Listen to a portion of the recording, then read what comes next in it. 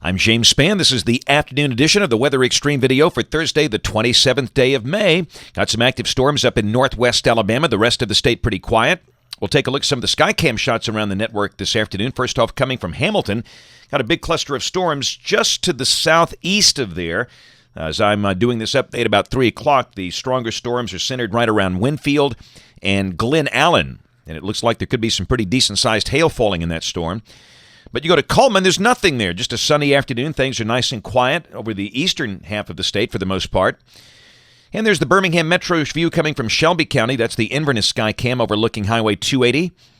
And again, a field of cumulus clouds, but not much vertical development around the metro at this point. Up on the big board, got that heat bubble off to the west, upper low to the east. Big trough on the California coast, and down below that, our temperatures are mostly in the 80s. Tuscaloosa and Montgomery, they are managing 90-degree heat today. Montgomery, the warm spot at 91. Birmingham and Anniston, 86. Those, by the way, are 2 o'clock observations. And we note the cooler values over northwest Alabama because of the showers and storms up there. Haleyville at 79. There's the radar right before 3 o'clock, and you can see a big cluster of storms centered around Winfield in southern Marion County. And like the storms we saw yesterday, they're producing a lot of thunder and lightning and heavy rain. Maybe some small hail involved in that, and those are dropping to the south, which means that they could impact Fayette soon and should, and maybe even Tuscaloosa later this evening. So, but notice how the eastern side of the state is relatively dry. On the watch warning map, look at the severe thunderstorm box up in the northeast. Here's a closer look. That includes Washington, D.C., Baltimore, Harrisburg, Binghamton, New York, and Syracuse.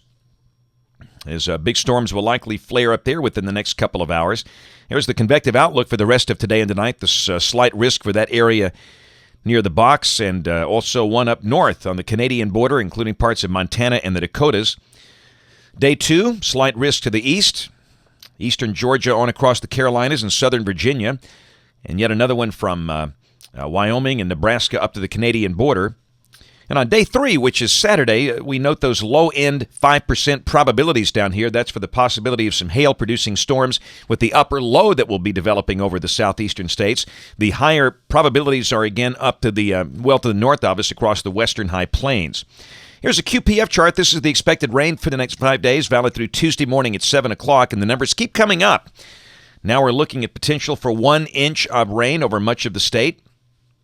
Maybe 1.4 inches, the bullseye down there near Dothan and Enterprise. And understand that this is the time of the year where the rain distribution is very uneven. One side of town might pick up 1 inch from one storm, the other side nothing. So these maps are not as useful during summer convection as they are during the cold season.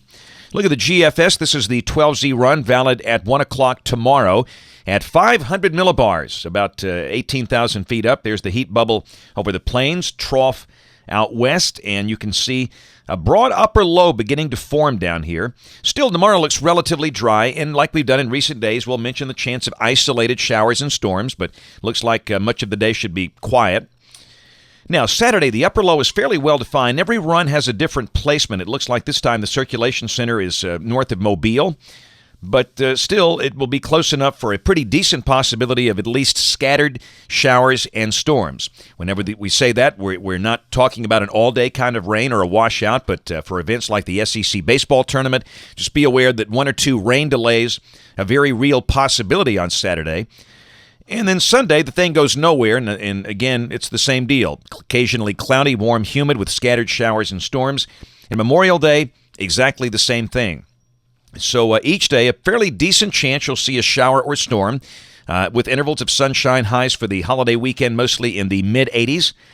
Go to Tuesday of next week, same deal. The upper low goes absolutely nowhere. That moisture is trapped in here. Wednesday, some evidence of drier air trying to work in here. And Thursday, a week from today, showing the deeper moisture down across the southeastern part of the state. But as you obviously can see, for a pretty good chunk of next week, we'll blanket each day with a chance of scattered, mainly afternoon and evening showers and storms. A couple of days later, June 5th, okay, now the big trough we got excited about, it's gone. That's why this is called voodoo country. The model taketh, the model giveth away. But it might be back, but this is when we have seen a very deep, cool trough over the east. Now we've got a flat ridge down here with no real cool air getting involved. There's the surface chart, and that looks pretty quiet.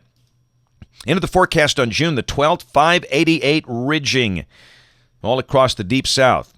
That means that the altitude with the pressure is 500 millibars, is 5,880 meters, and typically when you see that, it's awfully toasty, downright hot, and showers would be pretty hard to develop because of the warm air loft with that thing. That's it for the Weather Xtreme video today. We'll have notes on the blog. The next video here by 7 o'clock tomorrow morning. And if you're local to us, we invite you to watch us on television this evening.